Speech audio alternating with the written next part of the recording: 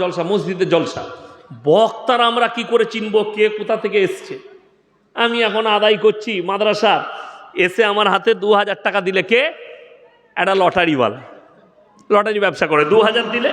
আর আমি কি নাম বাবা এমু, আহারে বন্দানে গুনাই মাঝে ছিল, আর ছিল কিনা ছিল 2000 দিল, দিয়ে জান্নাতে ভরে দিল।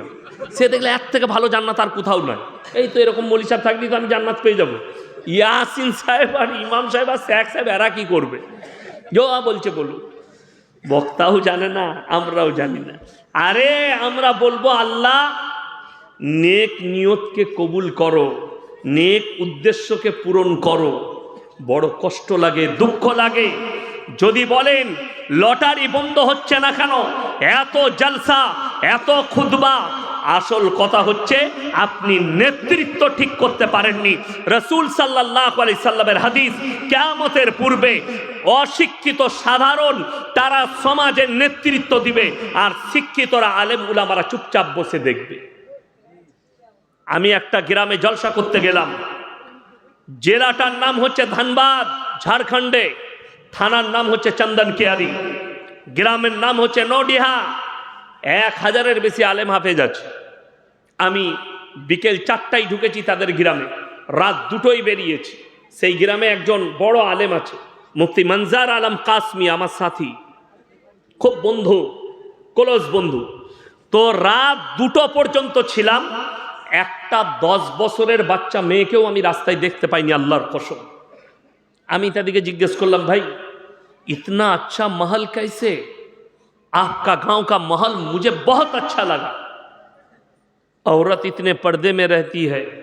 तो की उत्तर दिलो जानेन, हमारा गांव का महल इसीलिए अच्छा है कि यहाँ का जो निजामत है ये उलामा लोग तय करते हैं, आलेमरा नेतृत्व देय গ্রাম পরিচালনার, সমাজ পরিচালনার। আর আপনি ভেবে দেখুন, আমি কারো বিরুদ্ধের লোক নই, আপনার সমাজকে আজকে পরিচালনা করছে, আজকে নেতৃত্বকে দিচ্ছে।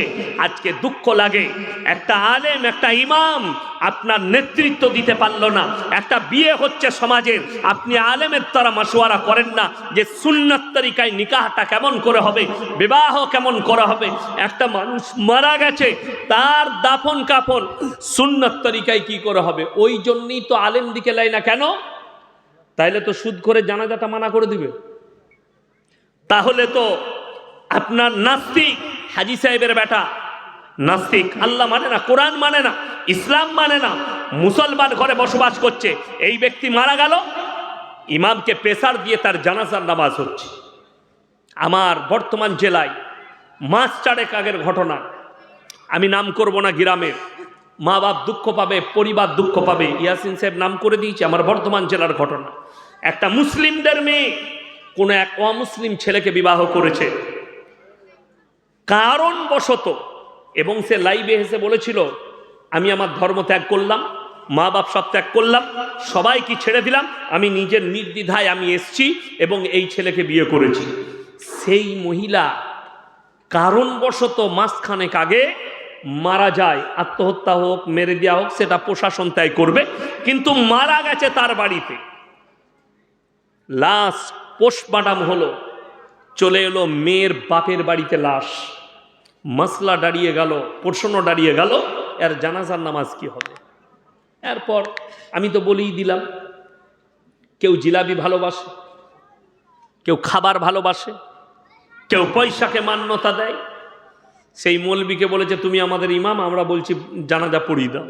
বেচারা জানাজা পড়িয়ে দিয়েছে, মুসল্লিরাও পড়েছে।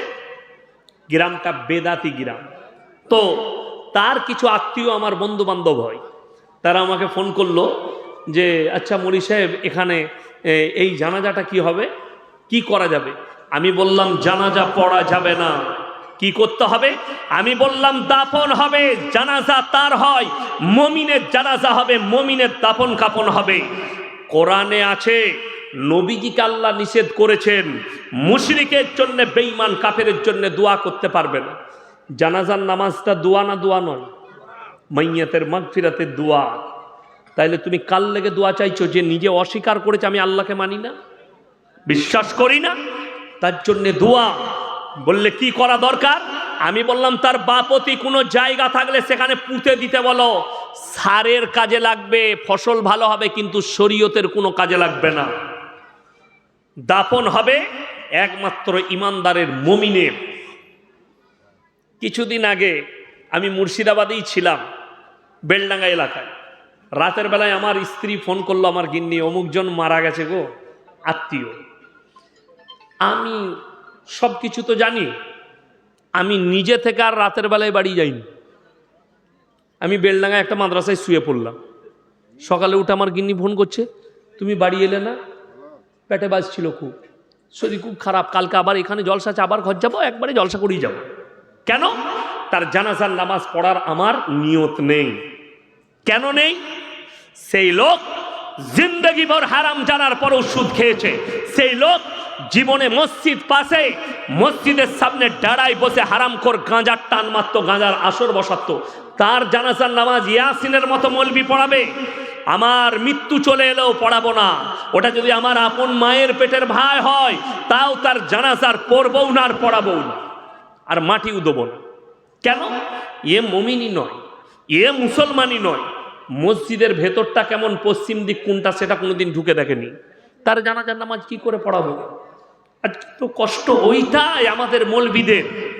আর আমি বলে যাচ্ছি, ইমামকে যেদিনে নেতা মনে করবেন, ইমামকে যেদিনে নেতৃত্ব দিতে দিবেন, যে গ্রামে হারাম হালালের একটা কাগজ লিখে দিয়ে দেন।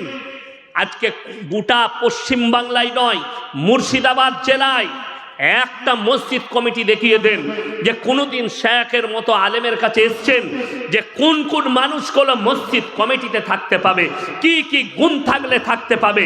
কোনোদিন কোনো মৌলবীর কাছে লিখিত কাগজ আনতে গেছে? না। ওইটাই তো দুঃখ। আমার বর্ধমান জেলায় একটা মসজিদের সেক্রেটারি, তাদের মসজিদের ইমাম, বাজারে দেখা হলো। আমি বললাম, হ্যাঁ রে, তোর দাড়িগুলো দিন দিন ছোট হয়ে যাচ্ছে। কি উত্তর দিল জানেন? হুজুর ৩,০০০ টাকায় আর কত বড় করবো? আমি বললাম, ঠিক আছে, তাহলে তো ঠিক আছে, ভালো। এটা গেল। আমি বললাম, তোর মুসল্লি কটা? বলছে ৭.৫, মানে একটা ছোট আছে, ৭.৫ মুসল্লি। আমার ঠিকই আছে। আমার এই শীতকালে ফজরে, বলছে ফজরে কেউ আসে না, আমি একা। এমন তুই কি করিস? বলে, ও আবার উঠে আজান দিতে যাব, এই মাইক্রোফোনটা বিচনেই নিয়ে শুই।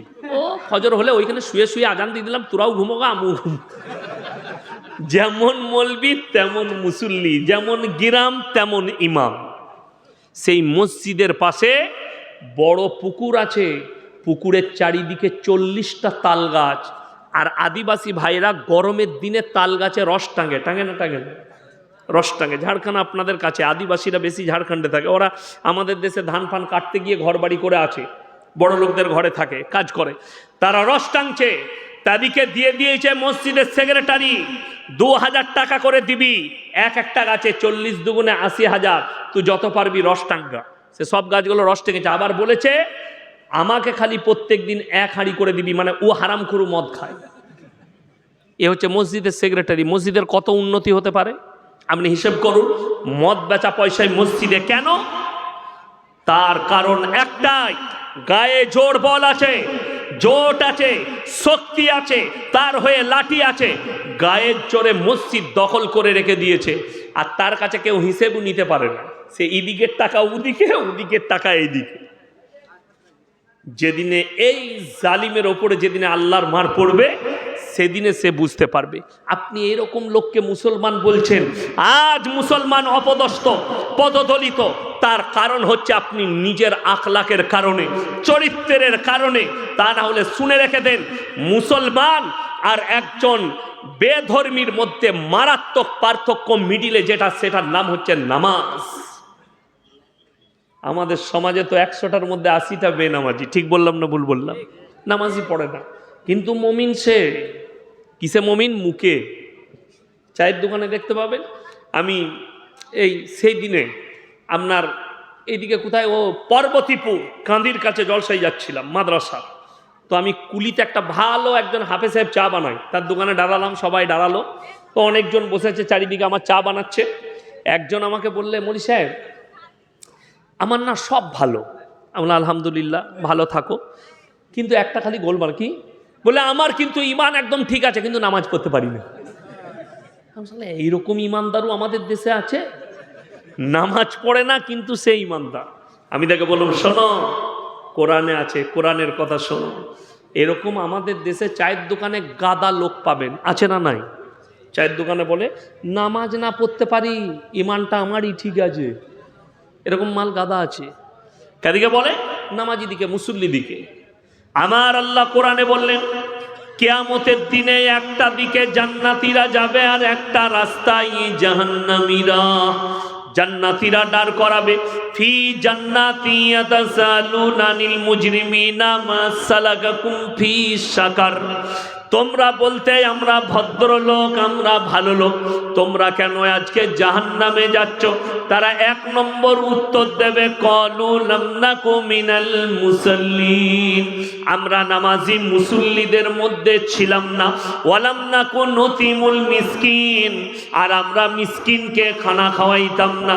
ওয়া কুন্না নাখুদু মাল খাইদিন, আর আমরা দাড়ি টুপি নামাজি মুসল্লিদিকে দেখে হাসি ঠাট্টা বিদ্রুপ করতাম। আল্লাহ তাই আমাদিকে জাহান্নামে পাঠিয়েছেন। কোরআন। সবাই হাত তুলে বলুন নামাজ পড়বো ইনশাআল্লাহ।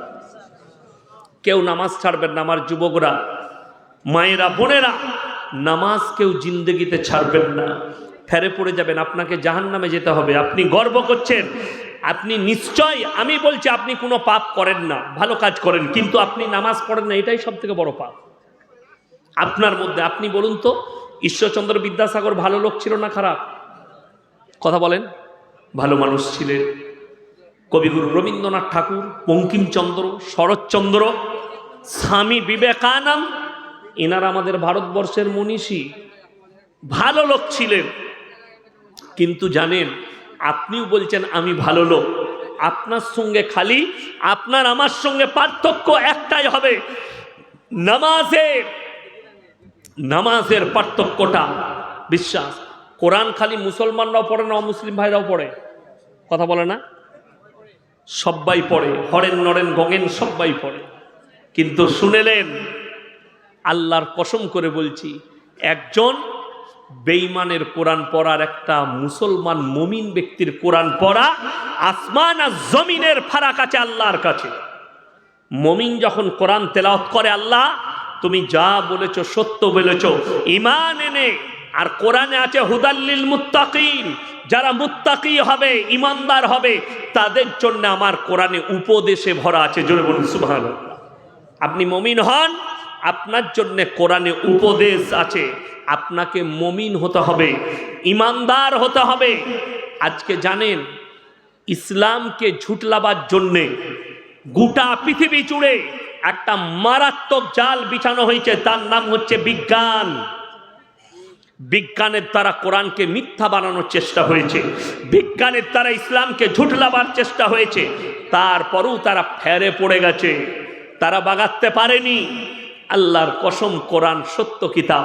অনেকজন মনে মনে করে, অনেক শিক্ষিত যারা জ্ঞানীগুণী আছেন, মাস্টার, ডাক্তার, প্রফেসর যারা শুনছেন, যারা কোরআনের বিরুদ্ধে বলছে আজকে ভারতের মাটিতে, আপনারা তাকিয়ে দেখুন, পৃথিবীতে যতগুলো নাস্তিক আছে, এই ভারতের মাটিতে যতগুলো নাস্তিক বসে আছে, বেঈমান কাফের, যারা নবীজিকে গালি দিচ্ছেন, মুহাম্মদ সাল্লাল্লাহু আলাইহি সাল্লামকে গালি দিচ্ছেন, কোরআনকে গালি দিচ্ছে, আল্লাহকে গালি দিচ্ছে, ইসলাম ধর্মকে গালি দিচ্ছে। আপনারা কি মনে করছেন এই গালিটা আজকে? না, যেদিন থেকে মুহাম্মদ সাল্লাল্লাহু আলাইহি সাল্লাম মক্কায় ইসলামের প্রচার শুরু করেছেন, সেই দিন থেকে এরা গালি দিতে শুরু করেছে, সেই দিন থেকে ইসলামের বিরোধিতা। আর আজকে যাদেরকে নাস্তিক দেখছেন, এরা কি বলবে? নূপুর শর্মা, তসলিমা নাসরিনের জন্য বলেছি, আল্লাহকে গালি দিচ্ছে, মুহাম্মদ সাল্লাল্লাহু আলাইহি সাল্লামকে গালি দিচ্ছে, ইসলামকে গালি দিচ্ছে।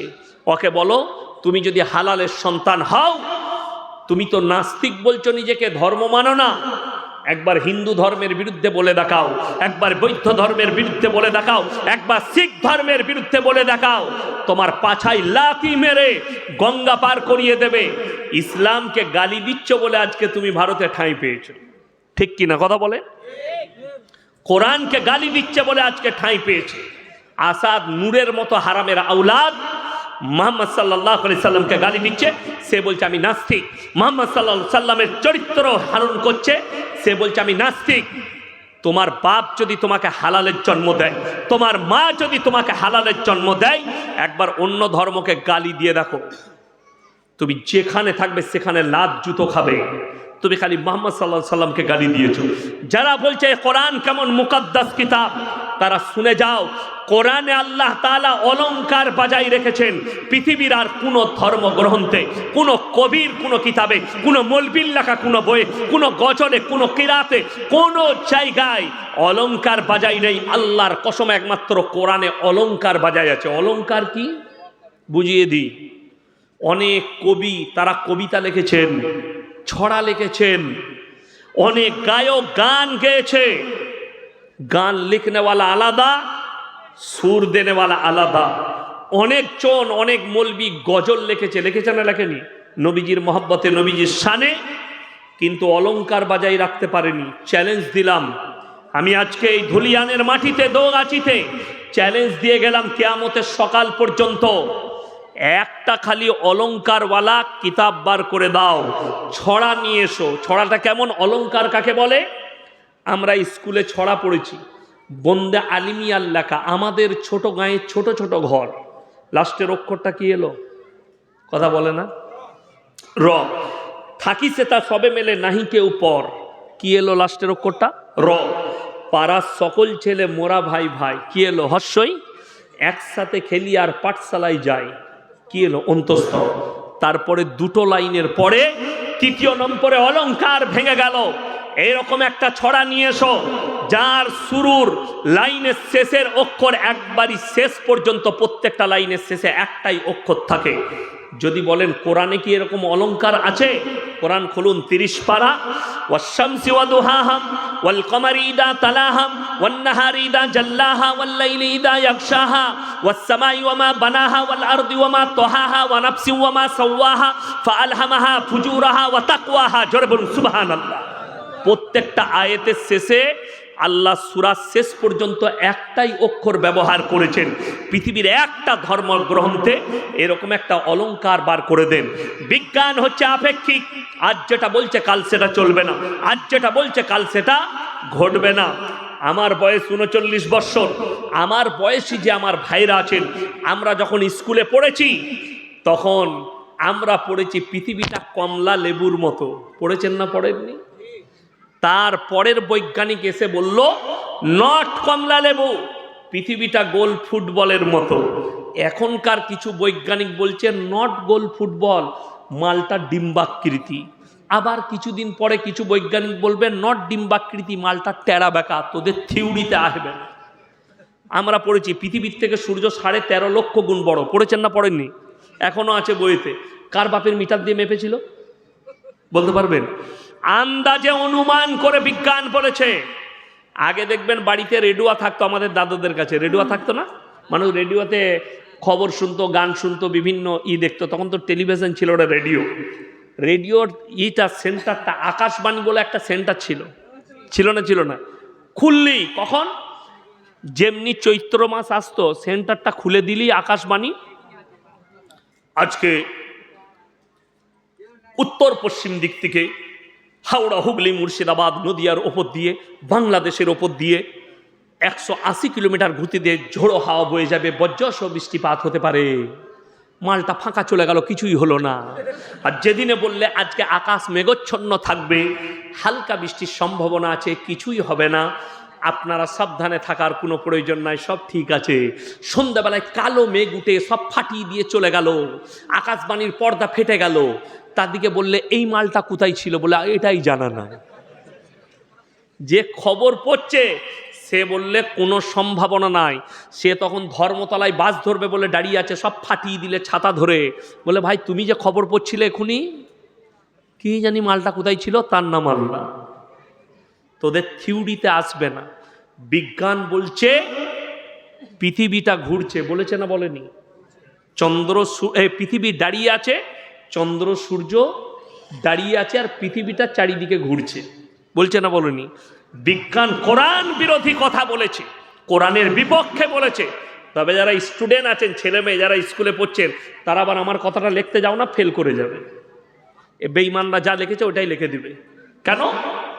বিজ্ঞান আপেক্ষিক, আজ যেটা বলছে কাল সেটা চলবে না, আজ যেটা বলছে কাল সেটা ঘটবে না। যারা বলছেন বিজ্ঞানকে আপনি চ্যালেঞ্জ করছেন, আমি চ্যালেঞ্জ করিনি, আমি এত বড় চ্যালেঞ্জ করছি, কোরআন খুলে তোমার বিজ্ঞানকে বলে দাও কিয়ামতের সকাল পর্যন্ত সময় দিলাম, মারাজাল বাহরাইনি ইয়ালতাকিয়ান বাইনাহুমা বারযাখুল লা ইয়াবগিয়ান। সূরা রহমান। দুটো সমুদ্রকে পাশাপাশি বহমান করেছি, একটার পানি নীল আর একটার পানি সাদা। বারজাখ মানে হচ্ছে অন্তরাল, দেওয়াল দিয়েছি। তোমার বিজ্ঞানকে বলে দাও দেওয়ালটা একবার খুঁজে দাও, তারা একে অপরের সঙ্গে কেন মিশ্রিত হয় না? তোমার বিজ্ঞান আজকে বলছে, আর আমার আল্লাহ 1400 বছর আগে নবীজিকে বললেন, মারাজাল বাহরাইনি ইয়ালতাকিয়ান বাইনাহুমা বারযাখুল লা ইয়াবগিয়ান। দুটো সমুদ্রকে আমি আল্লাহ পাশাপাশি বহমান করেছি, একটার পানি নীল আর একটার পানি সাদা।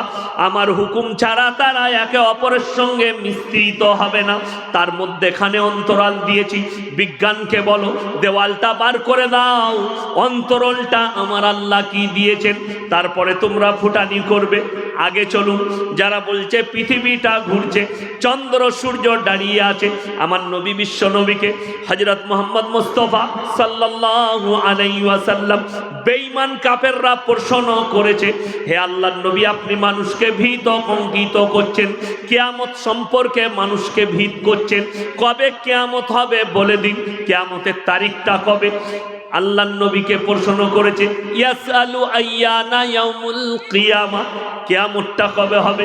আমার আল্লাহ উত্তর দিলেন, হে নবী তাদিকে শুনিয়ে দাও, ফাইদা বারিকাল বাসার, সেদিনে তোমাদের চোখগুলো স্থির হবে, ওয়া খাসাফাল কমার, সেদিনে চন্দ্র আলোহীন হয়ে যাবে, ওয়া জুমিয়াশ শামসু ওয়াল কামার, চাঁদ আর সূর্যকে একটা রাস্তাতে টক্কর খাওয়াবো। সূরা কিয়ামা 29 পারা। আগে চলুন সূরা ইয়াসিন। কুল্লুম ফি ফালাকি ইয়াসবাহুন, নবমণ্ডলে যা আছে তারা জানো নিজের নিজের কক্ষপথে চলমান। চন্দ্র সূর্য সবাই চলছে। আল্লাহ কোরআনে বললেন, আমি দুজনকে টক্কর খাওয়াবো। সূরা নাবা 30 পারা। তোমার বিজ্ঞানকে জিজ্ঞেস করো। আল্লাহ কোরআনে বললেন, আলাম নাজালিল আরদা মিহাদা, আমি কি জমিনকে করিনি তোমাদের জন্য বিছানা, ওয়াল জিবালা আওতাদা, পাহাড়গুলোকে খুঁটো গেড়েছি, পৃথিবী তুমি নড়াচড়া করো না। জমিন তুমি আর নড়াচড়া করবে না, খুঁটো গেড়ে দিয়েছি পাহাড়গুলোকে। আমার বন্ধুগণ, কোরআনকে যারা মিথ্যা বানাতে চাইছে, বেঈমান কাফের, তাদেরকে বলো কোরআন সত্য, কিয়ামত পর্যন্ত সত্য থাকবে। অনেকজন মনে করছে কোরআন, এই মৌলবিদিকে দেখে এরা পর্দার কথা বলছে, এরা বিভিন্ন রকম কথা বলছে, এরা নারী মর্যাদার কথা বলছে, নারী দিকে ঢেকে দেওয়ার কথা বলছে। তার মানে তো এরা, দেখবেন বাংলাদেশে একটা দল বেরিয়েছে হিজবুত তৌহিদ, শুনেছেন দেখেছেন? তাদের ইমামের নাম হচ্ছে সেলিম, ফেস কাট দাড়ি। সে বলছে এখনকার মৌলবীরা এরা নারীদিকে বঞ্চিত করে দিচ্ছে, নারীরা ব্যবসা করবে, কাজ করবে, সব করবে, রাস্তায় ঘুরে বেড়াবে, কেন নিষেধ করবে? খালি তারা একটা উন্না গায়ে দিবে, কোনো অসুবিধা নাই। তার ব্যাপারে আমি খোঁজ নিয়ে দেখলাম, সে বলছে একটা নতুন দল তৈরি করেছে হিজবুত তৌহিদ। এইরকম ভাবে শুধু হিজবুত তৌহিদ নয়, আমাদের দেশে একটা দল আছে কাদিয়ানি, পাঞ্জাবের কাদিয়ান বলে একটা জায়গা আছে, সেখানে একজনের জন্ম হয়েছিল, তার নাম হচ্ছে গোলাম আহমদ কাদিয়ানি। গোলাম আহমদ কাদিয়ানি প্রথমে সে বলেছিল मैं ईसा मसीह हूँ। लोगरा बोले ईसा मसीह तो क़यामत से पहले आएंगे, आप इतने जल्दी कैसे आ गए? तो बोलले, তারপরে সে যখন দেখলে এটা মিথ্যা হবে, তখন বললে मैं आखिरी नबी हूँ, अहमद हूँ। নাউজবিল্লাহ বলেন। তার বেটা সে কিতাব লিখেছে তার বাপের জন্য, গোলাম আহমদ কাদিয়ানির জন্য। আমার বাপ এত সাদা সিলে ছিল, এত নম্র বিনয়ী ছিল, এত ভালো নবী ছিল, ফজরের নামাজ পড়তে যাচ্ছে পাগড়ি মনে করে আমার মায়ের ছায়াটা লেপটিয়ে চলে গেছে। আমরা ওটা তো পাগল, ও কি করে নবী হবে? আচ্ছা বলুন, আমরা আপনি যদি বলেন ইয়াসিন সাহেব নম্র বিনয়ী লোক, ভদ্র লোক, যে আমি ফজরের নামাজ পড়তে গিয়ে আমার বইয়ের উন্নাটা মাথায় লেপটিয়ে চলে যাবো পাগড়ি মনে করে, রুমাল মনে করে, এরকম তো এগুলো তো পাগলে করে। আস্ত পাগল যারা হবে তারা করবে বইয়ের ছায়া লেপটিয়ে। সে একটা আস্ত গরু ছিল, পাগল ছিল। নবী কি করে হবে? নাউজবিল্লাহ। নবুয়তের দরজা বন্ধ করে দিয়েছেন আল্লাহ। শেষ, কিয়ামত পর্যন্ত আর কোনো নবী আসবেন না। আমাদের নবী হচ্ছেন শ্রেষ্ঠ পয়গম্বর, আখরি নবী। নবীর দরজা বন্ধ হয়ে গেছে। এইরকম হাজারো ঈসা মসির দাবি করবে, ইমাম মেহেদির দাবিদার হবে, অনেক ভণ্ড আসবে কিয়ামতের পূর্বে। সাবধান থাকবেন, যাত্রার খপ্পরে পড়বেন না। এই বাংলাদেশে এরকম দল বেরিয়েছে, আপনাদেরকে অনুরোধ করছি বেঈমানের খপ্পরে পড়বেন না। নিজেদিকে মুমিন হন, কোরআন হাদিস সহি আকীদার উপরে চলুন, আল্লাহকে ভয় করুন। পৃথিবীর জীবনে আল্লাহর কাছে যতগুলো পাপ আছে সব থেকে নিকৃষ্ট পাপের নাম হচ্ছে শিরকের পাপ। আমি আমার আব্বাজির সঙ্গে একবার লখনৌ গিয়েছিলাম জলসায়, আব্বাজির দাওয়াত ছিল অনেক দিন আগে। তো নদওয়াতুল উলামায় একজন বড় আলেম ছিলেন, মোল্লা রাবে হোসনি সাহেব, ইন্তেকাল করেছেন। মুলাকাত করতে গেলাম, তেনার অফিসে আম দিল, দশেরি আম খেলাম। কি আমি বললাম হজরত কুछ नसीहत कर दीजिए। কি উপদেশ দিলেন জানেন? बंगाल और बिहार और झारखंड के ज्यादातर लोग शिरक और बिदात में डूबी हुई है, इनको बचाओ। ज्यादातर लोग शिरक और बिदात में डूबी हुई। আপনি দেখুন তাকিয়ে, আপনি ঝাড়খণ্ডের গায়ে আছেন, ঝাড়খণ্ডে ঢুকলে বুঝতে পারবেন। সেদিন আমাকে কিষানগঞ্জের গায়ে জলসার দাওয়াত দিয়েছিল, আমি অনেক খোঁজ খবর নিয়ে গেছি। কেন? কিছু মাল রেডি আছে, একে পেলেই মারবো। হ্যাঁ, রেডি আছে। আর ভাইজান ফোন করেছে, আমি বুঝে নিয়েছি অসুবিধা নাই এখানে গেলে, তা না হলে খুব ভেবে চিনতে যেতে হচ্ছে, কষ্ট লাগে, দুঃখ লাগে। কেন? শিরকের উপরে কথা বলা, বেদাতের উপরে কথা বলা, কষ্ট এইটাই। আজকে কি বুঝলেন, আমি শুয়ে আছি, জুম্মার নামাজ পড়ে খানা খেয়ে, আমার স্ত্রীর ফোনে একজন ফোন করেছে, আমার স্ত্রীর বান্ধবী। সে জিজ্ঞেস করছে যে আমার শরীর খারাপ হয়েছে, আবার শরীর খারাপ ভালো হয়ে গেছে। সেই দিনই বলছে গোসলটা কেমন করব? আমরা ফরজ গোসল করবে। বলছে 3টে গোসল একসঙ্গে করলে, অনেক মেয়েরা বলছে 3বার উজু করতে হবে, 3বার ফরজ গোসল করতে হবে, না তো নিমোনিয়া হবে, তো নিমোনিয়া হবে। কে বলেছে? হাদিস হচ্ছে খালার আর ফুপুর। ওই বললাম কালকে 1400 একর জমির ওপরে, জায়গার ওপরে বড় পীরের আশেপাশে যত কবর আছে তাদের সব কবরে আযাব হবে না। ফতোয়া দিচ্ছে কে? না মৌলবি। শুধু এরকম ফতোয়া নয়, ইমানদারির সঙ্গে বলুন। আজকে আমরা মৌলবিরা বক্তব্য দিচ্ছি, তাতে সে দেওবন্দি হোক, বেরেলি হোক, আহলে হাদিস হোক, ফুরপুরা হোক, আর হড়হড়ে হোক, আর তালতালা হোক, আর খেজুরতলা হোক, মৌলবি বায়ান দিচ্ছে বাবাজিরা শিরিক জীবনে করো না, শিরিক করলে জাহান্নামে চলে যাবে। পূজার উৎসবে যেও না বাবা, ঠাকুরের উৎসবে গেলে গুনাহ হবে, শিরকের গুনাহ হবে। আশ্চর্য লাগে, একটা অমুসলিম ভাই মাটির পুতুল তৈরি করে সেখানে উপাসনা করছে, এটা শিরক আপনার কাছে। আর আমি ঝাড়খণ্ডে, বিহারে, বাংলায়, মুর্শিদাবাদে, বর্তমানে বীরভূমে দেখিয়ে দেবো মুসলমান গাছের গুড়ায়, বেকা গাছের নিচে মাটির ঘোড়া রেখে চাঁদর টাঙিয়ে সিজদা করছে। ঠিক বললাম না ভুল বললাম? চলুন আমি দেখিয়ে দেবো। আজকে আমার মোবাইলে, আমার ফেসবুকে শেয়ার করা আছে। বেরেলভিদের যারা নিজেদিকে সুন্নি বলছে, তাদের একটা মৌলবি খালি কি বলেছে জানেন? সব থেকে দুঃখের বিষয়, আপনি দেখলেন তাকিয়ে, আমাদের জলসায় আল্লাহর কৃপায় সভাপতি থাকেন ভালো আলেম, আমাদের সভাপতি থাকেন ভালো আলেম। আমাদের জলসায় শিক্ষিত লোক যারা হাদিস কুরআন শুনবে তারাই থাকে, ঠিক কিনা? গাঁজাখুরি গল্প আমাদের জলসায় চলেন। তারা, সে নিজের মুখে বলেছে, अरे अहले हदीस इन लोग का जलसे में डॉक्टर जाते हैं, मास्टर जाते हैं, और जितने हक सुनने वाले ये जाते हैं, और बरेलवी के जलसे में अनपढ़ गवार लोग आते हैं। আমি এক সপ্তাহ আগে বয়ান করেছি, তাদের গায়ে লেগেছে, আমার বয়ান তুলে ধরেছে। আল্লাহর কৃপা যে সেই বক্তা হক বলতে গেছে, তাকে স্টেজি অ্যাটাক করেছে, বেরেলবিরাই অ্যাটাক করেছে বেরেলিদের বক্তাকে। আমার মোবাইলে রাখা আছে লোড করে। কেন? সে, আমি বলেছি এখানে হাজি সাহেব কে কে আছেন হাত তুলেন, উমরা করতে গেছেন, হজ করতে গেছেন, স্টেজে কেউ আছেন? হাজি সাহেব কই, আপনি গেছেন? মাশাআল্লাহ। মক্কা থেকে মদিনা আমার আব্বাজি শোনাচ্ছিলেন 470 কিলোমিটার রাস্তা, তাই না? একটাও মাজার নাই। আর আমার বাড়ি থেকে ধুলিয়ান 210-15 হবে, 210-15 হাজার বেশি মাজার আছে রাস্তায়। ঠিক বললাম না ভুল বললাম? আচ্ছা, কেন? অবাক লাগে। নবীজি সাল্লাল্লাহু আলাইহি সাল্লামের সাহাবীরা জান্নাতুল বাকিতে আছেন না নেই? একজনেরও মাজার নাই। এখন আমি একটা কথা বলি, আমি ইয়াসিন বেঁচে আছি না নেই? বেঁচে আছি। ইমাম সাহেব যদি বলে ভাই আমাকে 100 টাকা দেন, বার করে দিতে পারবো না পকেট থেকে? এখন আমি মারা গেছি, দিতে পারবো? কথা বলে না। আমি মারা গেছি, আমি আর টাকা দিতে পারবো? ক্ষমতা শেষ।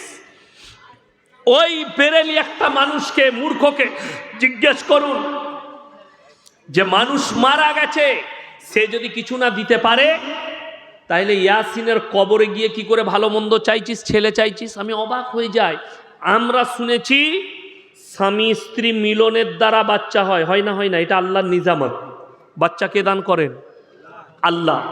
স্বামী স্ত্রী মিলনের দ্বারা বাচ্চা হয় না? এটা আল্লাহ নিজামত তৈরি করেছেন, আল্লাহর নিজামত। কিন্তু দুঃখ লাগে, মাজারে গিয়ে 3 দিন খালা শুয়ে আছে। কি গো? বলে হুজুর বলেছে 3 দিন শুলে ছেলে হবে। মাজারে শুলে ছেলে হয়? আমরা শুনেছি স্বামীর পাশে শুলে ছেলে হয়। এ কথা বললি গাল দেবে। মুর্শিদাবাদ, বীরভূম, বর্ধমান, বাঁকুড়া, হাওড়া, হুগলি, পুরুলিয়া, হেঁটে হেঁটে খালা আসছে, খালার খালুরা। কোথায়? বলে পাথর চাবড়ির মেলায় যাব। কেন? বলে ওর জিলাপি হুজুর বলেছে পায়ে হেঁটে গেলে হজের নেকি পাবে। নাউজুবিল্লাহ। তোর হুজুর মার খাবে আর তুইও খাবি। নাম্বার 2, যদি আমার বক্তব্য এই মোবাইলের মাধ্যম দিয়ে কিংবা এখানে কোনো বেরেলবি ভাই, কোনো ফুরফুরার ভাই শুনছেন, তোমাদিকে আমাদের কোনো মৌলবি নয়, আহমদ রাজা বেরেলবি, কিতাবের নাম ফতোয়ায়ে রিজভিয়া, খণ্ড নম্বর 24, পৃষ্ঠা নম্বর 497, ছাপা হয়েছে করাচির মাটিতে। তিনি নিজে লিখেছেন, মেয়েদের মাজারে যাওয়া তো দূরের কথা, নিয়ত করাটাও হারাম। ফুরফুরার দাদা হুজুর তিনি নিজের ফতোয়ায় লিখেছেন, মেয়েদের মাজারে যাওয়া হারাম। তাহলে পাথর চাবড়িতে যে মেয়েগুলো যাচ্ছে, কোথা থেকে? আসমান থেকে আসছে? তোমাদের মা বোন এরা মানা করতে পারে না। ওই মৌলবি বলেছে, আমি বলেছি কবরে চাদর চড়ানো জায়েজ হলে আল্লাহর রসুলের কবরটা আসমান পর্যন্ত হিরেমতি মুক্তর চাদরে ঢেকে যেত। আল্লাহর রসুলের কবরে জায়েজ নেই, পৃথিবীর আর কোনো মৌলবি মোল্লা পীর ফকিরের কবরের জন্য জায়েজ হবে না। আশ্চর্য লাগে। আমি হায়দ্রাবাদে 2 বার জলসা করেছি। জলসা শেষ করেছি রাত 11টায়।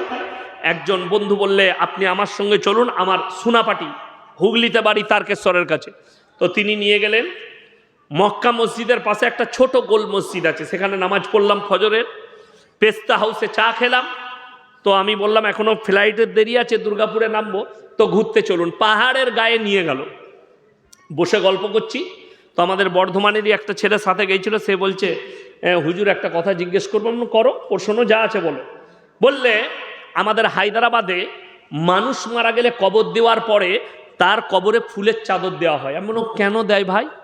বলছে এখানকার মৌলবীরা বলছে, লোকরা বলছে ওই ফুলটা যতদিন বেঁচে থাকবে ততদিন কবরের আযাব হবে না। আমরা দারুণ জিনিস, ওটা মরার আগে আর একটা মাল ঢুকিয়ে দিবি, আমাদের বুঝতে পারেন, তাহলে আর কোনোদিন হবে না।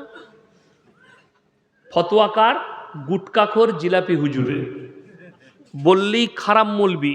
শুধু তাই নয়, আমি বলেছি আরে মূর্খের দল, মাজারে চাদরটা না দিয়ে তোর বাড়ির পাশে কোন মায়ের গায়ে চাদর নেই শীতকালে 5টা চাদর কিনে 5টা গরিবকে দিগা, আল্লাহ রাজি হয়ে যাবে। বড় কষ্ট লাগে। শুধু তাই নয়, আমি বলেছি হে আমার ফুরফুরার ভাইয়েরা, তোমরা বলতো দাদা হুজুরকে ভালোবাসি, দাদা হুজুর মেয়েদের মাজারে যাওয়া হারাম লিখেছে, আর মুখে বলছে দাদা হুজুরকে ভালোবাসি। হাওড়া হুগলি 24 পরগনার লোক, তারা বাস ভাড়া করে খাজা বাবার মাজারে বউকে নিয়ে গিয়ে সেখানে সিজদা নিয়ে আসছে। তোর থেকে বড় দাদা হুজুরের দুশ্মন কেউ নয়, আমরা নয়, তোরা দুশ্মন। আমরা তো হক বলছি।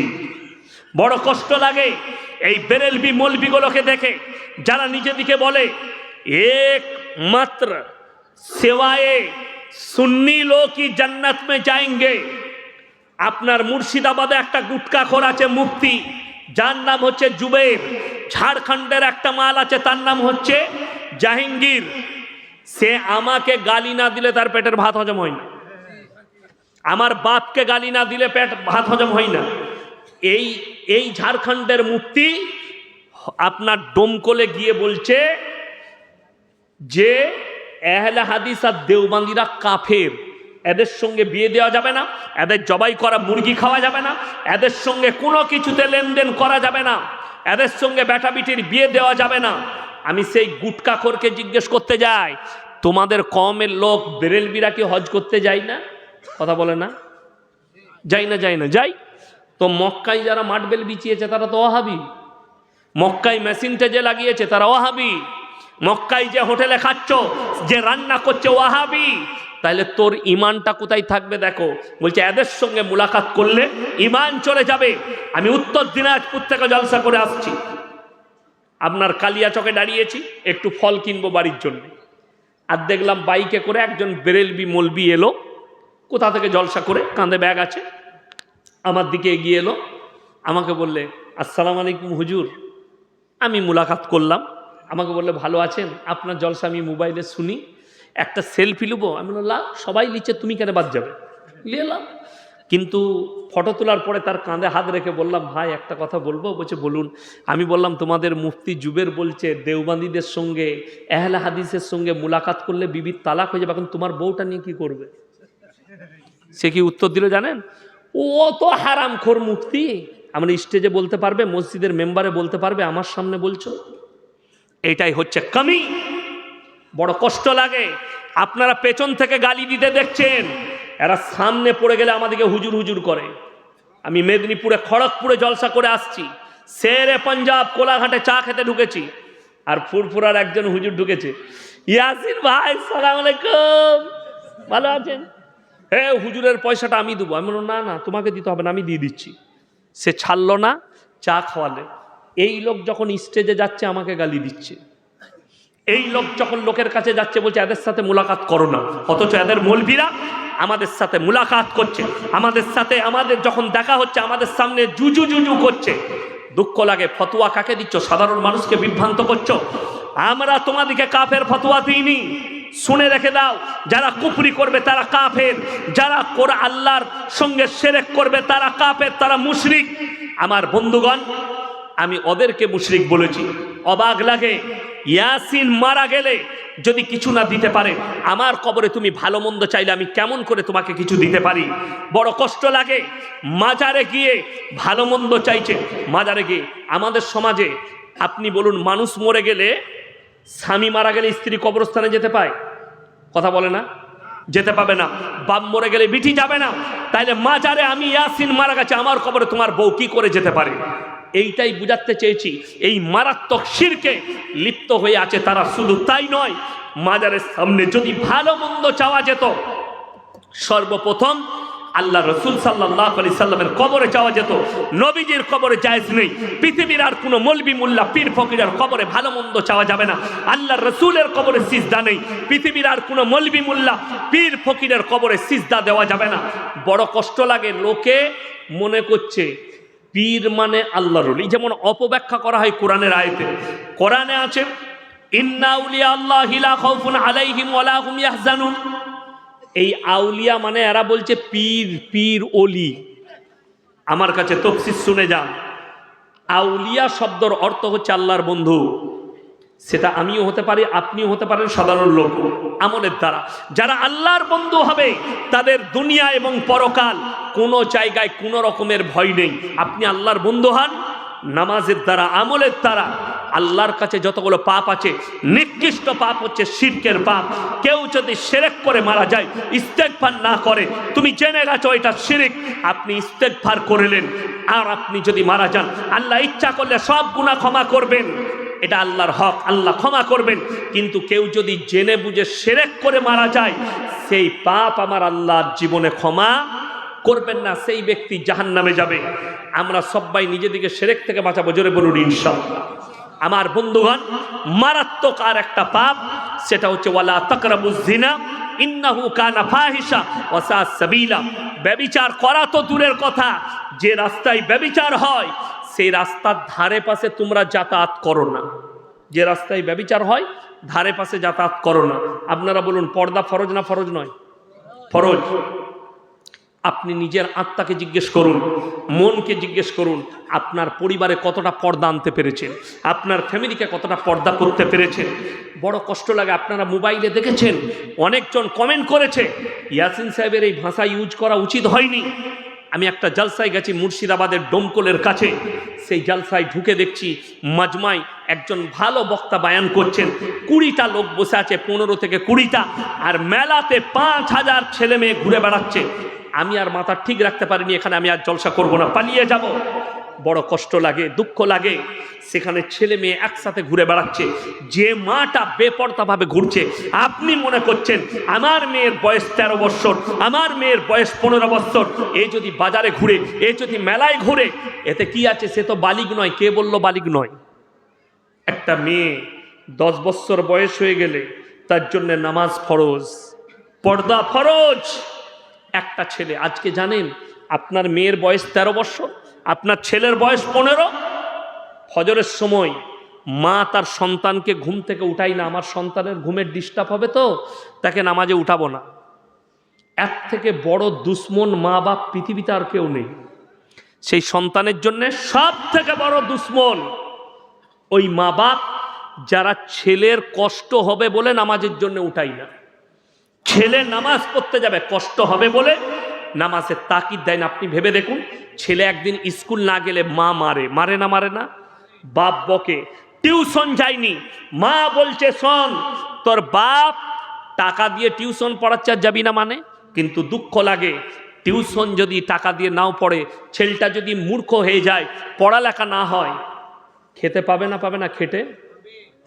কিন্তু ভেবে দেখুন তো, আপনার ছেলে যদি আপনার কারণে বেনামাজি হয়, চোখের সামনে জাহান্নামে যাবে, আপনি বরদাস্ত করতে পারবেন আগুনে গেলে? ভেবে দেখবেন। যদি মনে হয় আমার চোখের সামনে যদি আমার সন্তান জাহান্নামে যায়, তাইলে আমার সন্তানকে আমি আজ ফজর থেকেই তুলবো, নামাজটা পড়, নামাজটা পড়। আপনি জিজ্ঞেস করুন, আমরা যারা মাদ্রাসায় পড়েছি, মৌলবীরা, আমাদের শিক্ষকরা, আমি যখন গুজরাটে হিপস করতাম কোরআনের, তখন রাত 3টেই তুলে দিত। ফজরের আগেই, নামাজের আগেই আমরা সবক শুনিয়ে দিতাম। ফজরের নামাজ শেষ, আমুকটা আপনার সবক পারা শুনিয়ে দিতাম, আর 10টা বাজতে বাজতে আমুকটা শেষ। জোহরের পরে আবার পড়তে বসতাম, তখন সবক শোনাতাম, সবক পড়ে নিতাম। কেন? ফজরের সময় ঘুম থেকে উঠে ব্রেন খালি থাকে, সেই সময় যা পড়বে ব্রেনে ঢুকে যায়। আপনার সন্তানকে আপনি ভালো রাস্তা দেখান। সঙ্গ দোষে লোহা ভাসে, একটা মারাত্মক সমাজে কথা আছে। আপনার ছেলে কোন জায়গায় উঠা বসা করছে, এটাও বাম্মাকে খোঁজ রাখতে হবে। আমার ছেলে নামাজির কাছে বসছে, ইমাম সাহেবের সঙ্গে সম্পর্ক রেখেছে কিনা, নামাজে যাচ্ছে কিনা। ছেলে টাসের আড্ডায়, মদের আড্ডায় বসছে। অনেকজন বলে আমি মদের আড্ডায় বসি, কিন্তু আমাকে কেউ খাওয়াতে পারবে না। ঠিক 1 মাস হবে, বন্ধু বলবে আবে একটু লে না, 1 কুলি লিয়ে দেয়। প্রথম খারাপ, খাবো না তো, খা। গেল, তার পরের সপ্তাহে বললে আর একটু লিয়ে দেখ তো, আজকে একটু মাংসটা লিয়ে দেয়। 6 মাস পরে সে 1 গিলাসের মাতাল হবে, 1 বছর পরে বোতলের মাতাল হবে। সঙ্গদোষে লোহা মাসে কিরকম বলে দিই, যদি এখনই আমার ড্রাইভারকে ডেকে নিয়ে আসেন না, আমাদের যতজন বসে আছি এদের থেকেও বড় শেখ মনে হবে। যারা ইউটিউবার আছে আমার ড্রাইভারকে চিনে তারা জানে আমাদের থেকেও বড় শেখ। কেন? আমার তো আল্লাহ সব দিয়েছে, দাড়ি দেয়নি। কি বুঝলেন? আমি মায়াপুরে এক জায়গায় জলসা করতে গেছি, 25,000 শ্রোতা, পেছন থেকে কাগজে লিখে দিয়ে বেড়াচ্ছে আর বায়ান শোনা যাবে না, হুজুরের দাড়ি চাচা। আমি বললাম আল্লাহ আকবার, আমি দাড়িতে জীবনে হাত লাগাইনি। ও তো দূর থেকে মনে করছে মালটার দাড়ি নাই। হ্যাঁ, আমি বললাম ভাই আমার কি দোষ, দাড়ি বেরোয়নি, এবার তোমার কাছে যদি কোনো চাপান ফাপান থাকে দাও, ছড়িয়ে দেবো, মাল বেরিয়ে যাইতে যাবে। আমার জানা তো আমার ড্রাইভারের এত বড় বড় দাড়ি। আমি তখন অতটা মানুষ চিনত না। পুরুলিয়ায় এক জায়গায় দাওয়াতে গেছি, ও ড্রাইভার গাড়ি থেকে নেমেছি, একজনকে বলেছে कि हजरत के खिदमत में रहना, साथ में लेके नाश्ता कराना। গাড়ি থেকে দুজনাই নেমে গেছি, ও দেখছে আমার ড্রাইভার হাতটা ধরেছে। আমি আর কিছু বলি নাই, চলছে চলো। হাজরত আইয়ে আলা উজুর পানি পানি করে বদনার পানিটা দেখছি ওকে দিচ্ছে, আমাকে দেয়নি।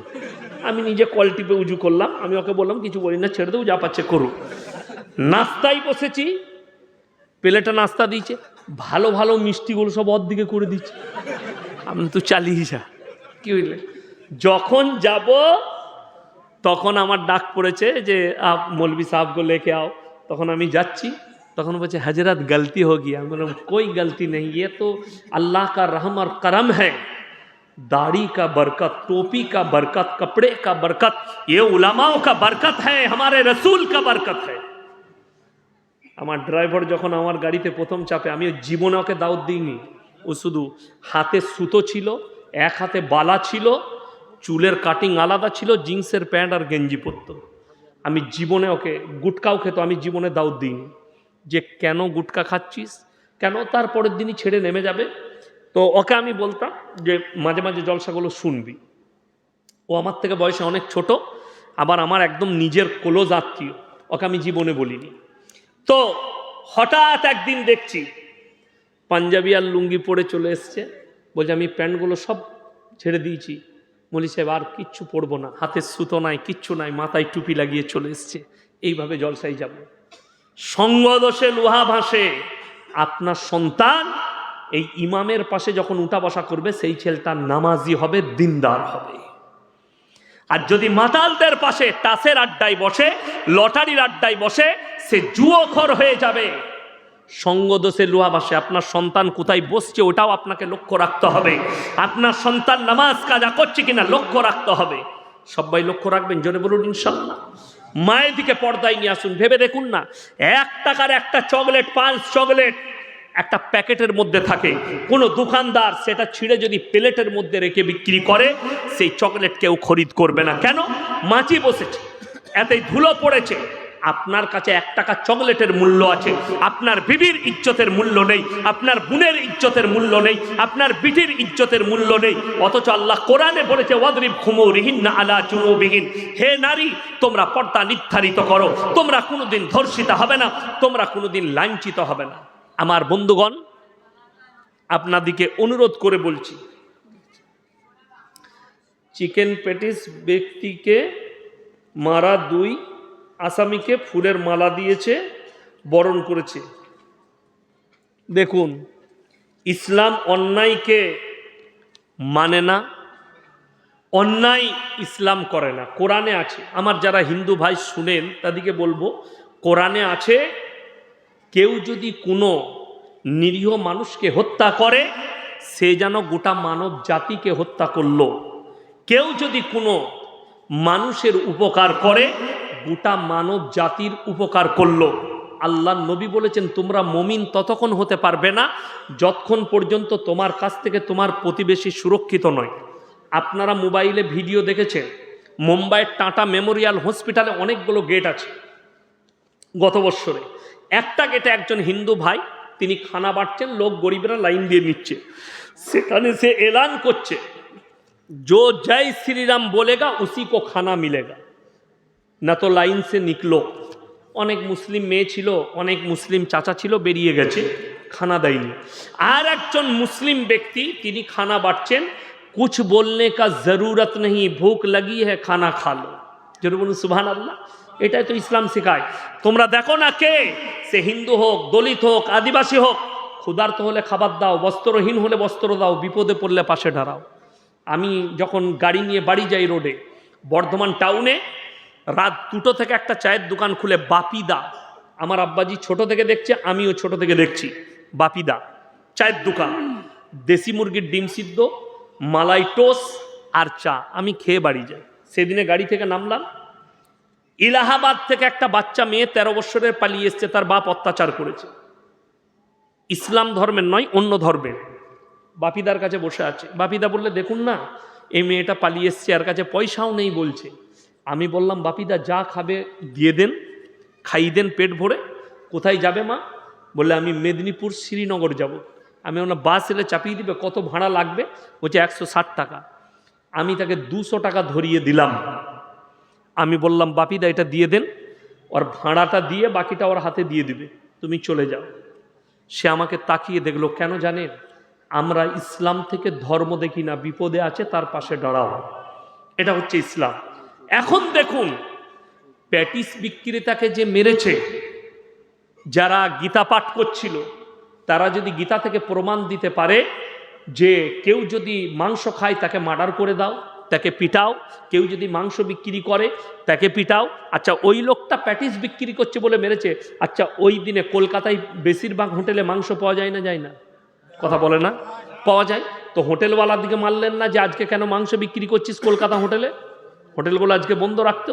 যাই হোক, যিনি মেরেছেন অপরাধ করেছেন। কোনো ধর্ম এই অশান্তির কথা শেখায় না, বিশেষ করে ইসলাম শান্তির বার্তা দেয়। আল্লাহ আমাদেরকে হেফাজত করুক। বেলডাঙ্গা মসজিদে প্রথম জুম্মার নামাজ এই নিয়ে, গীতা পাঠের ময়দানে চিকেন প্যাটিস।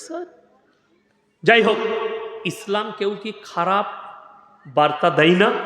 কোরআনের বার্তা হচ্ছে শান্তির বার্তা। কেউ কোরআনের বিরুদ্ধে বলছে সে বলুক, যাই আসেন, আমাদের মাথা ব্যথা নেই।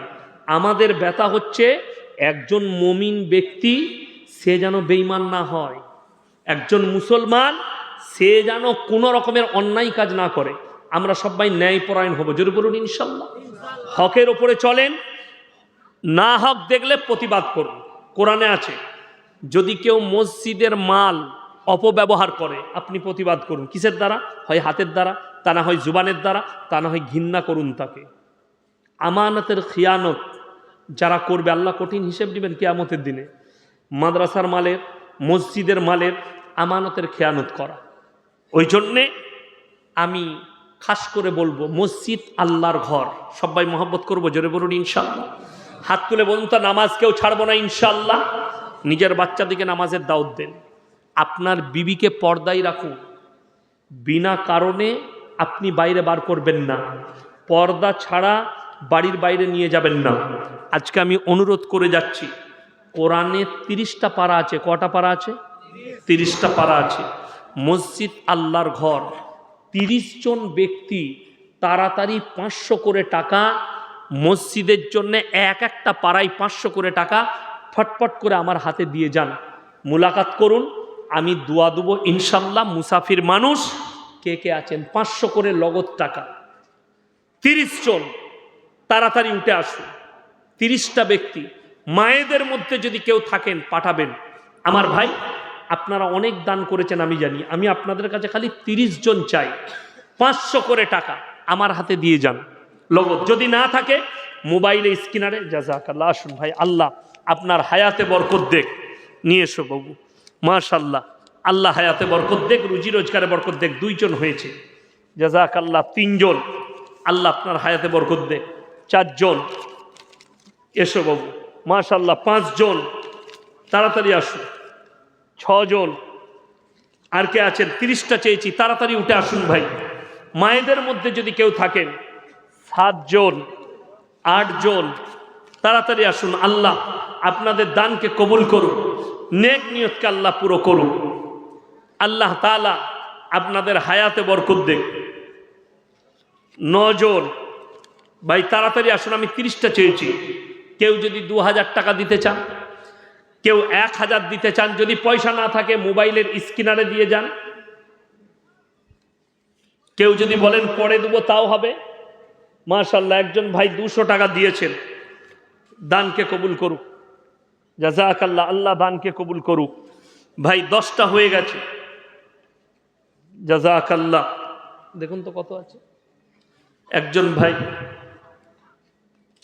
ভাই আর কে আছেন? চলে যাবেন না, শেষ দোয়া নিয়ে যাবেন, শেষ দোয়া পড়া হবে তারপরে যাবেন। 5000, মাশাআল্লাহ। এই দেখেন 10টা, 10 আর 10-এ 20টা হয়ে গেল, মাশাআল্লাহ। 21, 22টা হলো, মাশাআল্লাহ। 23টা হলো, ভাই 23টা হয়ে গেছে, আর মাত্র 7টা লাগবে ইনশাআল্লাহ। 7টা। যদি আরো কোনো ভাই থাকেন 3500 টাকা দিবেন 7টা, কোনো আল্লাহর বান্দা, কিংবা যদি আরো কেউ থাকেন 5000 টাকা দিবেন কোনো আল্লাহর বান্দা, যদি না থাকে আপনি পরে দিবেন। আর 7টা লাগবে মাত্র। 7 জন আল্লাহর বান্দা কে কে আছেন? 7 জন, একটু তাড়াতাড়ি উঠে আসে। আর 7 জন হলেই হয়ে যাবে ইনশাল্লাহ। 7 জন ব্যক্তি কে কে আছে? 5000 টাকা যদি কেউ থাকেন, যদি 2000 টাকা কেউ থাকেন, কোন ভাই আছে? একটু তাড়াতাড়ি বলি। মায়েদের মধ্যে যদি কোনো আমার বোন, কোনো আমার মা থাকেন, যে শেষ সময়ে মসজিদ আল্লাহর ঘরের জন্য আমি দেবো 5000 টাকা, 2000 টাকা, কত আছে? 3500। এই দেখেন 30টা হয়ে গেল, মাশাআল্লাহ। আমি 30টা চেয়েছি, 30টা হয়ে গেল। আল্লাহ দানকে কবুল করুক, নেক নিয়তকে আল্লাহ পুরো করুক, কারোবারে আল্লাহ বরকত দেখ, রুজি রোজগারে আল্লাহ বরকত দেখ। আমার ভাই, সেদিন আমি বারুইপুরে ছিলাম, সেখানে আমি খালি বলেছিলাম দানের হাতটা মুর্শিদাবাদের অনেক লম্বা, আপনারা মুর্শিদাবাদকে হারাতে পারবেন না, কিন্তু সেদিনে হারিয়ে দিয়েছি। আজকে আমি দেখতে চাই 30টা যখন হয়েছে আর 20টা দিয়ে 50টা করে দেন ইনশাল্লাহ। আমি জানি মুর্শিদাবাদের মাটিতে ফেলা যাবে না। আর 2 জন ভাই যদি 5000 করে 10,000 দিয়ে দেন ইনশাল্লাহ, তাহলে হয়ে যাবে 2 জন আল্লাহর বান্দা। যদি টাকা না থাকে আপনি ওয়াদা করুন, হাতটা মিলান, আপনি 1 মাস পরে দিবেন, 20 দিন পরে যেদিনে হবে, আর 5000 করে 2 জন আল্লাহর বান্দা। আমি মুসাফির মানুষ, দোয়া করব। জাকিরা, নবীজি বলেছেন গচ্ছিত সম্পদ, মাশাআল্লাহ। 200 টাকা, মাশাআল্লাহ। আমার ভাই কে আছেন? 2 জন আল্লাহর বান্দা। মানুষ কিয়ামতের দিনে কাঁদবে, আমি যদি আরো কিছু দান করতাম আমার জন্য মঙ্গল হতো।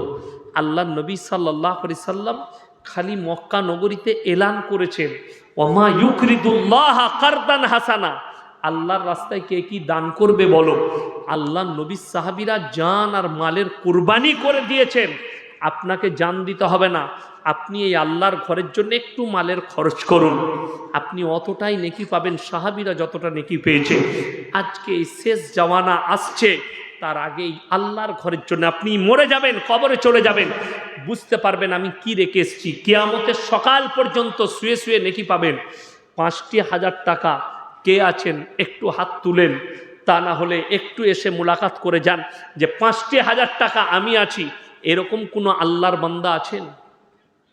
একজন ভাই 5,000 টাকা দিবেন, 10টা কোরআন শরীফ, 40টা হয়ে যাবে ইনশাআল্লাহ। কে আছেন? একজন ভাই? কেউ নেই।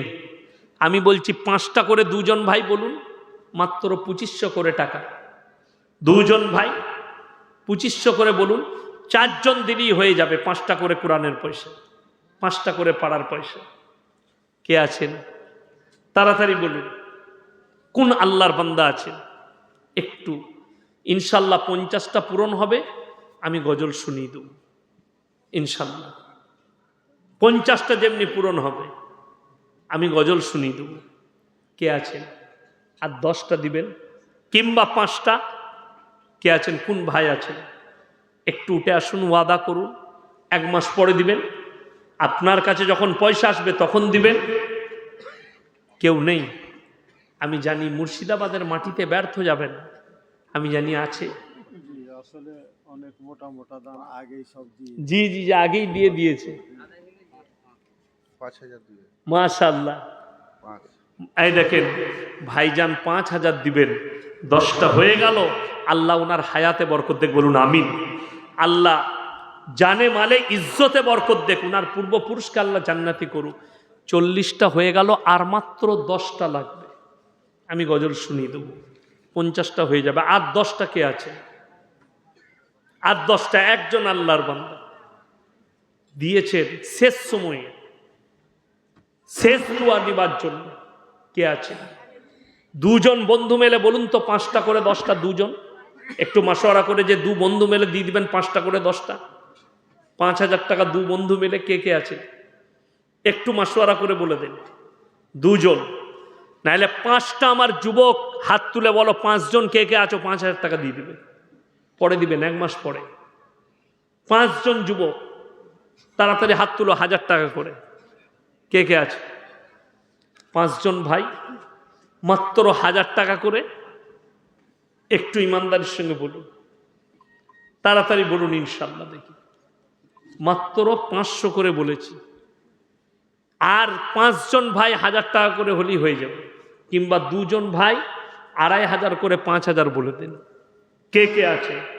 আমি গজলটা শুনিয়ে দিই ইনশাল্লাহ, 50টা হয়ে যাবে। আর 2জন আল্লাহর বান্দা কেউ নেই? একজন ভাই, দেখি 5টা কোরআন শরীফ কে আছে? একটু তাড়াতাড়ি বলুন আমার ভাই, আল্লাহর ওয়াস্তে। যাই হোক, আপনারা অনেক দিয়েছেন, আরো দিবেন। দোয়া করব আল্লাহ যারা হাত বাড়িয়েছে মসজিদের জন্য, আল্লাহ তাদের জানে মালে ইজ্জতে বরকত দাও, তাদের দিকে তুমি রহমতের হাত বাড়িয়ে দাও।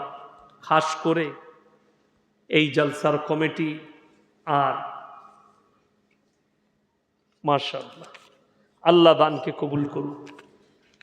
জলসার এই মসজিদের সেক্রেটারি সভাপতি সাহেব, আল্লাহ উনাদের হায়াতে বরকত দেখ।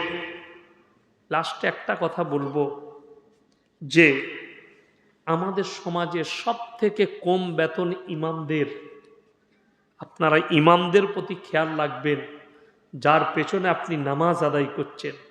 আর আমি তো আজকে এসে বুঝতে পারলাম, আপনারা যোগ্য একজন ইমামকে পেয়েছেন, আপনাদের ভাগ্য।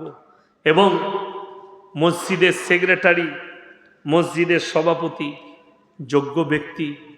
আল্লাহ তাআলা উনাদের দ্বারা আরো বেশি করে কাজ নেক, আল্লাহ উনাদের হায়াতে বরকত দেখ। এই মসজিদকে আল্লাহ দিন দুগুনি রাত চৌগুনি তারাক্কি দান করুক। ভাইজানের হায়াতে বরকত দেখ। আর খাস করে আমি খাস দোয়া দেবো আজকের এই জালসার আমার সভাপতি সাহেব, আমার শ্রদ্ধার সভাপতি সাহেব, আল্লাহ উনার হায়াতে বরকত দেখ, আল্লাহ উনার ইলমে বরকত দেখ, আল্লাহ উনার দ্বারা আরো বেশি করে আলোকে ছড়িয়ে দেখ।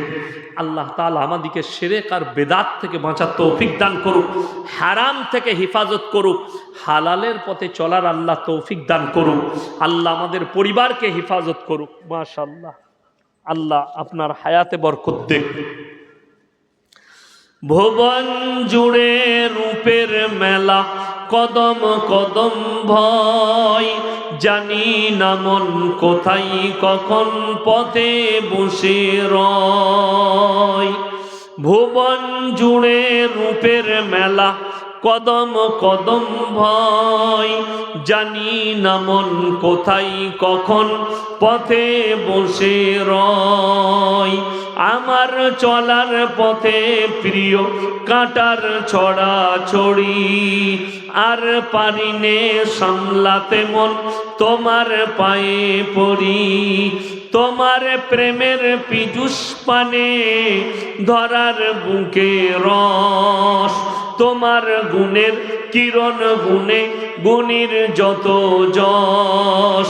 নীল আকাশে লতাই পাতাই তারাই চাঁদে হাসি, নিখিল জুড়ে যেথাই দেখি শুধুই তোমার মোহনবাসী। ইউসুফের ওই রূপের ভেতর তোমার রূপের আশিস মাগি। ঈসা মুসা ইব্রাহিম দাউদ নূহ সবই, সবার গুণে গুণী তুমি ওগো আমার প্রিয় নবী সাল্লাল্লাহু আলাইহি ওয়াসাল্লাম। শেষ দোয়া পড়ার জন্য আমি আমার সভাপতি সাহেবকে অনুমতি দিচ্ছি। আসসালামু আলাইকুম ওয়া রাহমাতুল্লাহি ওয়া বারাকাতুহু।